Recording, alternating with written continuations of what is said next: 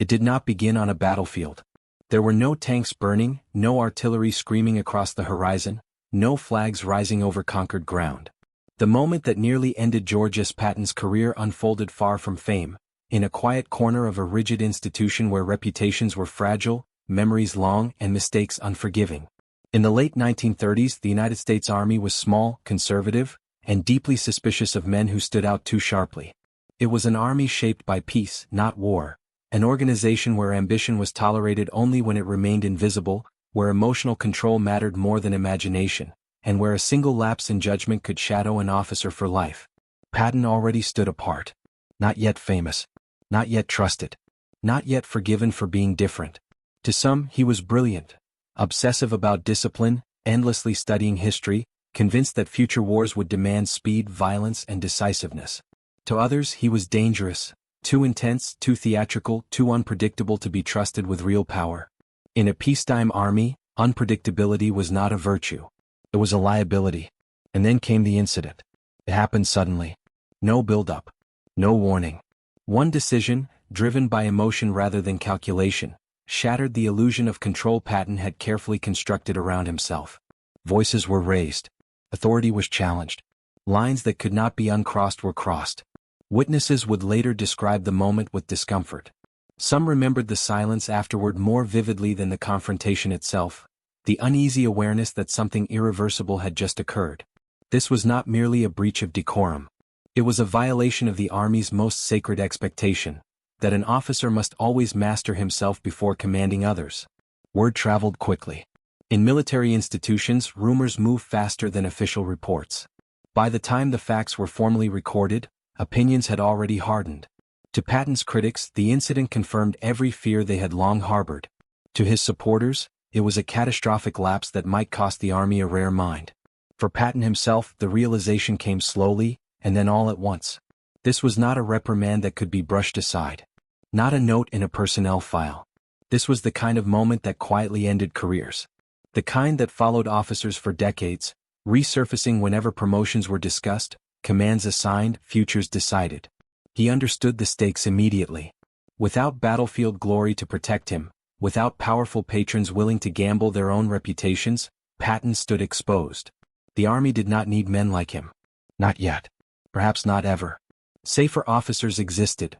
Men who followed doctrine, avoided conflict, and never embarrassed their superiors. In that instant, the future most people associate with Patton, the audacious general, the relentless commander, the man who would later drive armies across Europe, became a fragile possibility rather than an inevitability. Nothing was guaranteed. As investigations began, Patton was forced into a waiting period more agonizing than punishment. Silence replaced command. Reflection replaced action. Every day without resolution deepened the uncertainty. Every conversation felt like judgment. Every official glance seemed to measure whether he was worth the trouble. For the first time in his life, Patton faced a terrifying prospect. Obscurity. Not death. Not defeat. But something far worse to a man obsessed with destiny, the possibility that history would never need him. This documentary begins here, not at the height of power but at the edge of disappearance. At the moment when a single incident placed a question mark over everything that followed. Was Patton too volatile to be trusted? Was his intensity a flaw, or an untapped necessity waiting for the right war? And how close did the world come to never knowing his name at all? Before the legend, before the victories, before the controversy that would later define him, there was this moment, quiet, human, and dangerously final. A moment when George S. Patton stood one step away from becoming just another forgotten officer in an army unprepared for the war ahead. The world that surrounded Patton before the war was not built for men like him. The United States Army of the interwar years was small, underfunded, and deeply cautious, an institution shaped less by future threats than by past trauma. The memory of World War I still lingered like a warning scar. To senior commanders, the last great war had proven one thing above all else. Excess ambition and unchecked aggression led to catastrophe.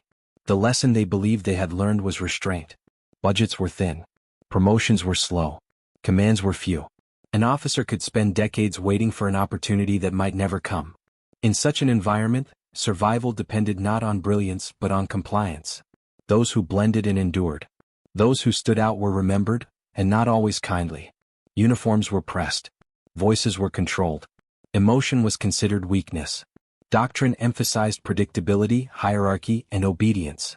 Innovation existed, but only in theory, buried inside manuals and staff papers few would ever read. The Army valued steadiness over vision, patience over urgency. And above all, it valued control. Officers were expected to master themselves completely. Temper was a liability. Passion was suspect.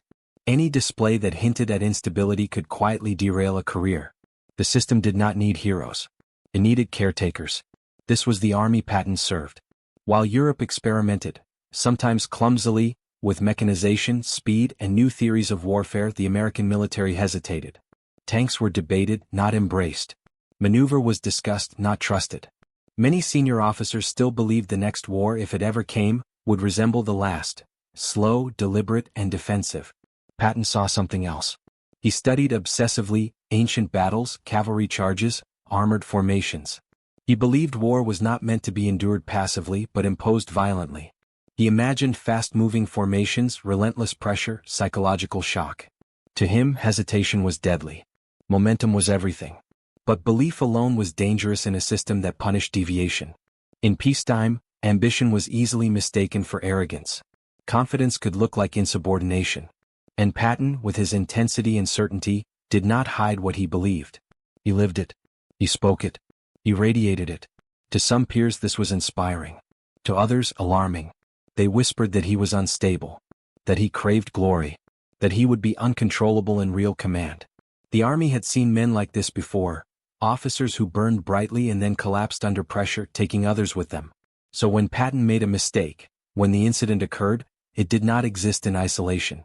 It landed in fertile ground. Every raised eyebrow from the past, every complaint quietly filed, every comment about his temperament suddenly mattered. The institution did not judge only the act. It judged the pattern it believed it saw forming.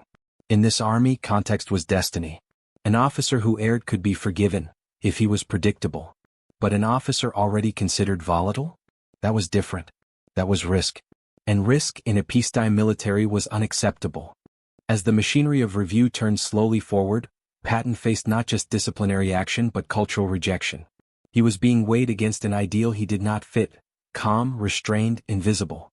The tragedy was not that Patton failed to meet the Army's expectations. It was that the Army did not yet understand the war it would soon be forced to fight. This chapter of his life unfolded in an institution preparing for the past, while Patton was preparing, imperfectly, dangerously, for the future. The collision between those two realities made the incident not merely a personal failure, but a test of whether the Army could tolerate the very traits it would later desperately need. For now, though, none of that was clear. All that mattered was this: in a cautious Army built on restraint, Patton had crossed a line. And the system was deciding whether men like him belonged at all. Long before the polished helmet, the ivory-handled pistols, and the reputation for ruthless speed, George Patton was a man at war with himself. Ambition defined him, but not the quiet, patient ambition the Army preferred. Patton's drive was consuming, almost spiritual. He did not merely want to succeed, he believed he was meant to. From an early age, he carried an unshakable conviction that history had reserved a place for him, if only he could reach it. That belief was both his fuel and his burden. Patton studied war the way others studied religion. Ancient battles, cavalry maneuvers, decisive commanders. He absorbed them obsessively, searching for patterns, meaning, proof that greatness followed rules he could master. He wrote constantly, trained relentlessly, demanded more from himself than anyone else ever would. But beneath the certainty lived fear. Patton feared mediocrity more than death. He feared becoming invisible in a system designed to erase individuality. In a peacetime Army where promotions came slowly and glory seemed unlikely, the possibility that his life would pass without purpose haunted him. This anxiety shaped his personality. He was rigid where others were flexible, intense where others were calm. He clung to discipline not because it restrained him, but because it anchored him. Order kept chaos at bay. Control kept doubt silent. Yet that same intensity made him volatile. Patton did not tolerate weakness easily, least of all in himself.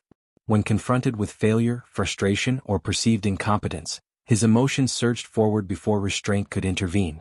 Anger was not calculated, it was reflexive. And once unleashed, it carried consequences. To his subordinates he could be inspiring or terrifying, sometimes both within the same moment. To his peers he was exhausting. To his superiors, unpredictable. They did not doubt his intelligence. They doubted his judgment. The army valued officers who could endure monotony, accept compromise, and suppress emotion. Patton did none of these things naturally. He forced himself into conformity when required, but the effort showed. The mask slipped under pressure. The incident that nearly ended his career was not an anomaly, it was a revelation.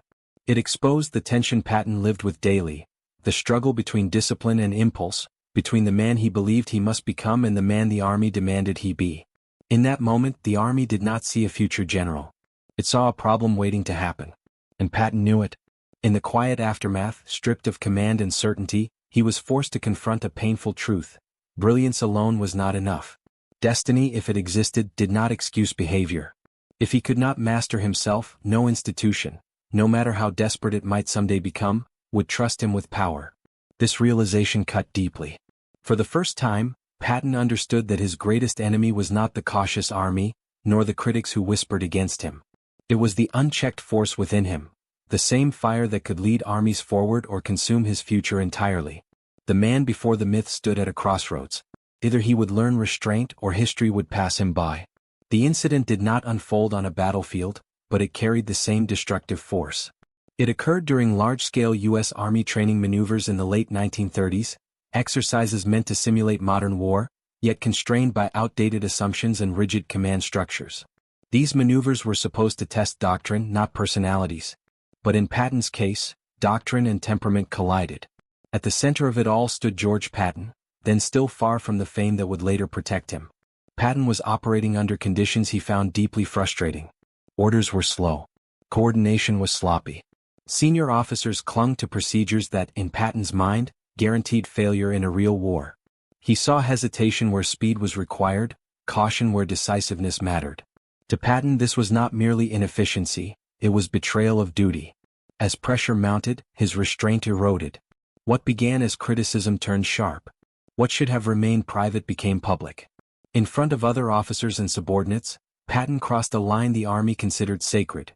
He openly challenged authority not through formal channels but through confrontation. The moment was brief, but unmistakable. Witnesses later recalled the tension more than the words themselves. The rigid posture of officers suddenly uncertain where loyalty lay. The uncomfortable silence that followed. The realization that something improper, even dangerous, had just occurred. This was not a calculated protest. It was emotional, raw, and uncontrolled. In the culture of the interwar army, that distinction mattered immensely. An officer could disagree, quietly, carefully on paper. But public confrontation suggested instability. It implied that under stress, control might fail. And if control failed in training, what would happen in combat? Reports were written. Statements collected. Language carefully chosen. The army did not accuse Patton of incompetence. That would have been easier to dismiss. Instead, the judgment was far more damaging. He was considered unreliable. A man whose brilliance could not be separated from his volatility. For an institution that valued predictability above all else, this was nearly unforgivable. Patton's record was examined in full. Past comments. Previous clashes. His reputation for intensity, once tolerated, now appeared threatening. The incident reframed everything that came before it. What made this moment so dangerous was not just the act itself, but its timing. Patton had no wartime victories to shield him. No indispensable role. No urgent need that forced the army to overlook flaws. In a shrinking, cautious force, officers were replaceable. Problems were not corrected, they were removed. Behind closed doors, the question was not whether Patton was talented. It was whether he was worth the risk. For Patton, the consequences arrived quietly. No dramatic court-martial. No public disgrace. Instead, something far worse: stalled advancement, lost trust, and an unspoken ceiling placed over his future. He had not been expelled, but he had been marked. In military institutions, that mark can be fatal. As days turned into weeks, the reality settled in. This incident would follow him. It would be remembered when promotions were discussed. Recalled when commands were assigned. Used as evidence whenever doubt resurfaced. Patton understood exactly what that meant. History had not judged him yet, but the army had. And for a man who believed he was destined for greatness, there could be no deeper fear than this: that his own nature had nearly ended his story before it truly began. The punishment did not arrive with drama. There was no public humiliation, no thunderous condemnation, no clear verdict that Patton could fight or appeal. Instead, the consequences unfolded in a way far more dangerous to a career built on momentum, quietly, methodically, and without explanation. In the weeks following the incident, George Patton felt the ground beneath him begin to shift. Conversations changed tone. Invitations stopped arriving. Decisions were made without his input. The Army did not need to announce its displeasure. Its silence spoke clearly enough. In military institutions, exclusion is often the first step toward erasure. Officially, nothing had happened. Unofficially, everything had. Patton found himself under a kind of invisible probation. Every action was now observed. Every word measured. Where once his intensity had been tolerated, even admired, it was now interpreted as evidence. Proof that the earlier concerns had been justified all along. His superiors were cautious. Not hostile but distant. Supportive language was replaced by procedural neutrality. Praise vanished. Criticism, when it came, was precise and clinical. This was not discipline meant to correct. It was judgment meant to contain. Promotion lists moved forward without his name. Commands that might have elevated his standing were quietly assigned elsewhere. No one told him he was finished, but no one treated him as if he still mattered. For Patton, this limbo was agonizing. He was a man built for action, trapped in stillness. A commander denied command. A student of war sidelined during the very years when doctrine, influence, and reputations were being shaped. Each delay felt like a verdict deferred, but never dismissed. Worse still was the uncertainty. Had the Army decided he was finished? Or was he merely being tested?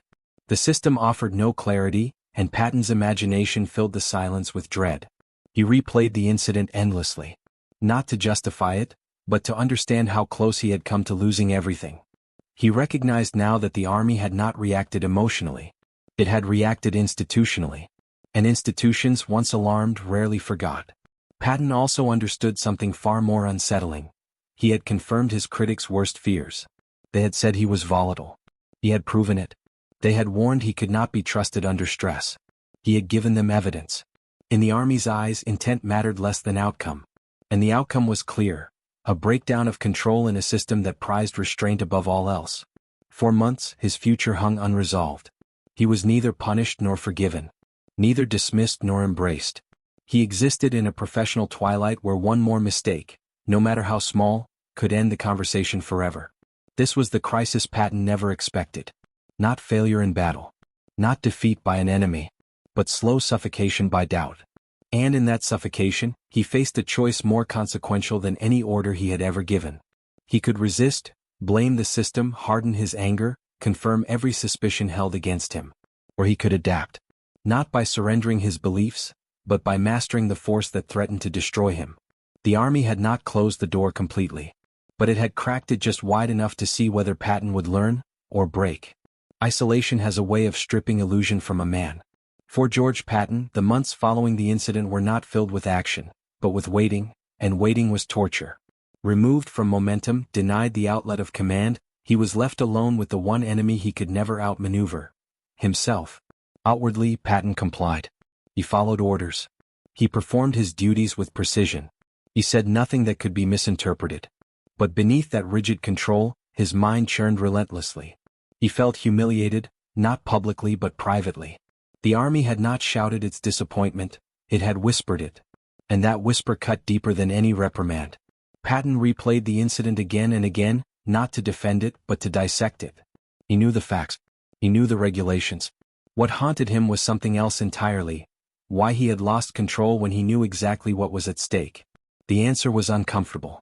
Patton realized that his intensity, the very force that drove him forward, also made him vulnerable. When reality failed to match his expectations, when incompetence or hesitation threatened what he believed was essential, his restraint collapsed. In those moments, anger felt righteous. But righteousness did not protect careers. For the first time, Patton confronted the possibility that destiny alone was meaningless. History did not reward belief, it rewarded discipline. If he could not command himself, no amount of brilliance would matter. This reckoning shook him deeply. He had always believed that greatness required ferocity, that softness was weakness. Now he saw that ferocity without control was simply chaos. And chaos in any form frightened institutions. Patton began to study himself as carefully as he studied war. He analyzed triggers. He recognized patterns. He forced himself into silence when provoked, not because he agreed, but because he understood the cost of expression. Control became not a natural state but a deliberate act. This was not surrender. It was strategy. He did not abandon his beliefs about warfare. He did not soften his expectations of others. What changed was his understanding of timing. There was a moment to unleash force, and a moment to contain it. The incident had taught him the price of confusing the two. The struggle was constant. Patton's instincts did not fade. They had to be mastered daily, sometimes hourly. Every interaction felt like a test. Every frustration a potential trap. And yet, something else emerged alongside the discipline: clarity. Patton began to see the army not as an enemy, but as a system to be navigated. Institutions like battlefields had terrain. They had obstacles, choke points, vulnerabilities. One did not charge blindly. One maneuvered. This insight would later define his command style. But for now it served a simpler purpose: survival. The inner war Patton fought during this period left no visible scars, no medals, no recorded victories. Yet it was among the most consequential battles of his life. Had he failed here, had he allowed bitterness to harden into defiance, the army would have quietly closed its doors to him forever. Instead he endured. He waited. And in that waiting he transformed, not into a different man but into a more controlled one. The army had nearly erased him. What it did instead was force him to confront the dangerous edge of his own greatness. Institutions do not think in moments. They think in patterns. As George Patton waited in professional suspension, the army did what it always did when confronted with risk. It studied precedent. Files were opened. Evaluations reread. Careers compared. The question was not whether Patton was talented. It was whether his talent justified uncertainty. In the interwar army, uncertainty was poison. Senior officers remembered the chaos of the previous war and the political backlash that followed. They had learned to distrust flamboyance, to fear personalities larger than doctrine. Command, in their view, was not about inspiration. It was about stability. The safest officer was the one who produced no surprises. Patton represented the opposite. On paper his record was impressive. He was intelligent, disciplined, relentlessly prepared. But the incident reframed those qualities through a harsher lens. Intensity became volatility. Confidence became insubordination. Passion became a warning sign. Institutional judgment rarely hinges on a single act. It hinges on what that act appears to confirm. For Patton, the incident seemed to validate a growing concern, that under pressure he might prioritize instinct over order. In peacetime training that was embarrassing. In war it could be catastrophic. The army's dilemma was subtle but profound. If they punished Patton too harshly, they risked discarding a rare mind at a time when modern warfare was beginning to change. If they excused him too easily, they signaled tolerance for behavior that threatened the very structure of command. This was not a moral debate. It was a calculation. Committees spoke in neutral language: temperament, judgment, suitability for higher command. No one accused Patton of disloyalty. No one questioned his courage. The doubt was colder than that. Was he reliable? In an organization built on obedience, reliability mattered more than brilliance. What ultimately saved Patton was not forgiveness, but containment. The army chose a middle path. He would not be expelled. Nor would he be trusted freely. His progress would be slowed. His behavior monitored. Advancement would come only if he demonstrated sustained control over time. It was a conditional survival. This decision reflected the army's deeper fear, not of Patton himself, but of what men like Patton represented. A new kind of warfare was emerging, faster, more chaotic, more dependent on initiative. Yet the institution was not ready to fully embrace leaders who embodied that chaos. So it hedged. By keeping Patton within the system but away from decisive power, the army protected itself. It allowed time to judge whether his transformation was genuine, or merely temporary. For Patton the verdict was clear. He had not been rejected. But he had not been trusted. Trust in the military is everything. Without it, talent stagnates. Influence evaporates. Futures narrow quietly. Patton understood this better than anyone. He knew the army had given him something rare, a second chance that looked nothing like mercy. It was an extended test, one that would last years, not weeks. Fail it and the incident would become his legacy. Pass it and the incident would become a footnote. The institution had spoken, not loudly but decisively. Now, the burden shifted entirely onto the man it had nearly discarded. The turning point did not arrive with applause. There was no announcement, no dramatic restoration of trust, no visible signal that the army had changed its mind about George Patton. Instead, it came quietly, almost imperceptibly, embedded in routine disguised as obligation. After months of scrutiny and limitation, Patton was given work that appeared unremarkable. No prestigious command. No public platform. Just responsibility, bounded, controlled, deliberately modest. This was intentional. The army was not testing his intellect. It was testing his restraint. Every assignment became a measure of discipline. Could Patton execute without embellishment? Could he endure frustration without confrontation? Could he operate within limits without attempting to break them? He understood the test immediately. Where once he might have challenged inefficiency openly, he now recorded it privately.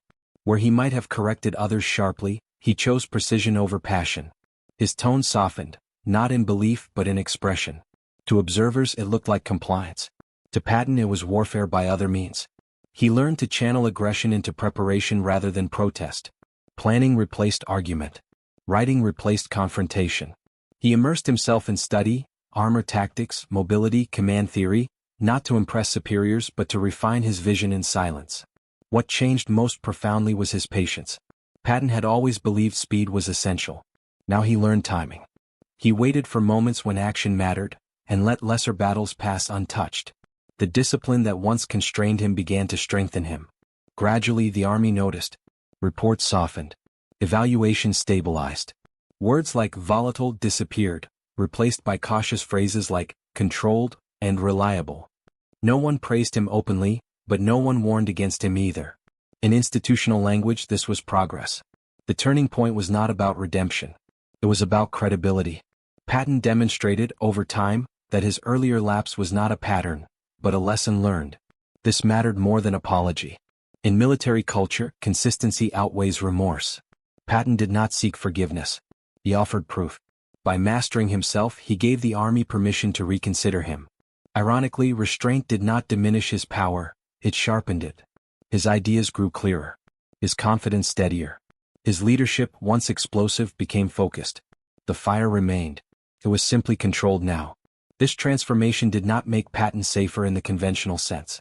It made him more dangerous in the way institutions eventually require, decisive, disciplined, and capable of unleashing force at the correct moment. When opportunities finally returned, slowly, cautiously, they found a man who had survived near erasure and emerged hardened rather than broken. The army had not changed. Patton had. And that change would soon collide with a world on the brink of war. The most dangerous transformations are the quiet ones. By the time the army began to ease its watch over George Patton, Patton no longer resembled the officer who had nearly ended his own career. Not because his beliefs had softened, but because they had been forged into something sharper, more deliberate, and far more effective. Restraint did not tame Patton. It disciplined him. He learned to separate impulse from intention. Where once his anger surged outward, it now turned inward, fueling preparation. His relentless energy no longer exploded in confrontation. It accumulated in planning, rehearsal, and intellectual dominance. Patton became methodical. He drilled units obsessively, not to display authority, but to eliminate uncertainty. Every maneuver had purpose. Every exercise anticipated failure. He demanded perfection not out of temper but conviction. Those under his command sensed the difference immediately. This was no longer volatility.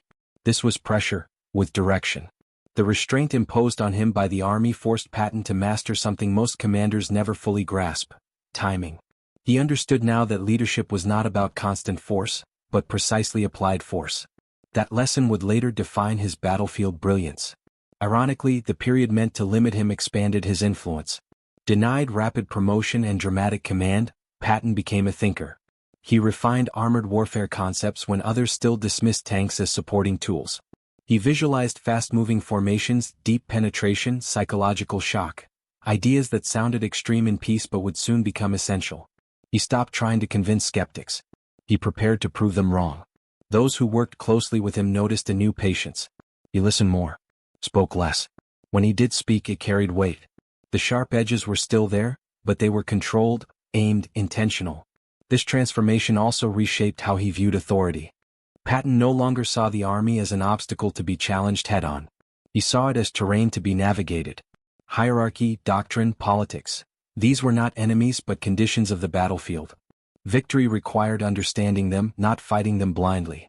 The man who emerged from this period was more dangerous than before, not because he was louder but because he was unstoppable once unleashed. When the world finally began to slide toward war, the army would need commanders who could move fast, think independently, and impose will under chaos. Ironically, it was the institution's attempt to restrain Patton that prepared him perfectly for that role. The incident that nearly destroyed him had done something no victory ever could. It had taught him control. And control, combined with vision, would soon change the course of history. When war finally approached, it did not announce itself gently. As Europe descended into chaos and the inevitability of global conflict became impossible to ignore, the United States Army began a reluctant transformation of its own. Doctrines were revised.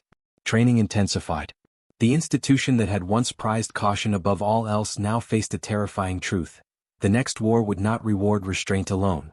It would reward speed. And in this new reality, the man who had once been nearly discarded began to look indispensable. George Patton entered this period with something rare: preparation forged by failure. While others scrambled to adapt, Patton had already spent years refining a vision of modern warfare under the constraints of obscurity. His ideas, once seen as reckless, suddenly aligned with necessity. The traits that had frightened the peacetime army now offered solutions. Rapid movement, aggressive maneuver, psychological domination of the enemy. These were no longer theoretical concepts. They were survival requirements. And Patton had rehearsed them endlessly, quietly, without applause. His earlier restraint paid dividends. When opportunities came, training large formations, shaping armored doctrine, proving concepts and maneuvers, Patton did not waste them. He demonstrated control without hesitation, aggression without chaos. Superiors who once doubted his reliability now saw consistency backed by results. The incident that had once defined him disappeared from conversation. Not because it was forgotten, but because it had been answered. Patton's command style reflected every lesson learned in silence. He demanded discipline not as punishment but as liberation. Order created speed. Preparation created freedom. He unleashed intensity only when it mattered, and when it did, it was overwhelming. Observers noticed something else as well. Patton had learned humility, not in ambition but in process. He accepted correction. He worked within systems. He waited until he had authority before exercising it fully. This patience made his later decisiveness all the more striking. The legend did not emerge suddenly on European battlefields. It was built in the shadows. The aggressive general the world would later recognize was not the man who had lost control years earlier.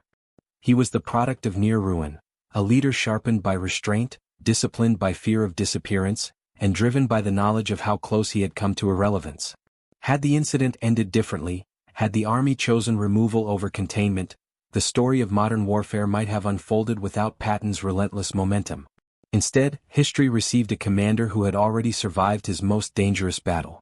The battle against himself. History often celebrates triumph, but it is shaped just as deeply by restraint.